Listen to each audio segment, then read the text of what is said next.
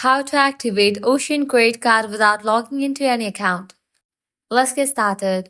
Step 1. Call the Ocean Credit Card activation number.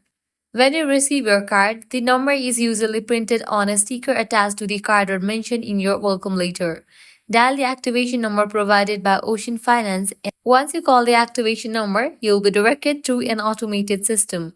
The automated voice will ask you to enter key details related to your credit card.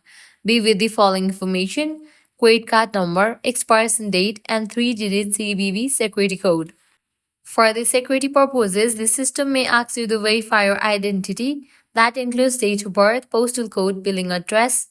After entering the required details and verifying your identity, the system will process your request.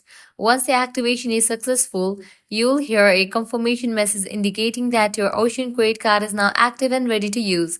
This process usually only takes a few minutes, and your card will be ready for transaction shortly after. To ensure your card has been successfully activated, try using it for a small purchase either online or in store. If the transaction goes through, your card is fully activated and good to go. And that's it. You have successfully activated your Ocean credit card without needing to log in into any account. If this guide was helpful, don't forget to like, share, and subscribe to our channel. Thanks for watching.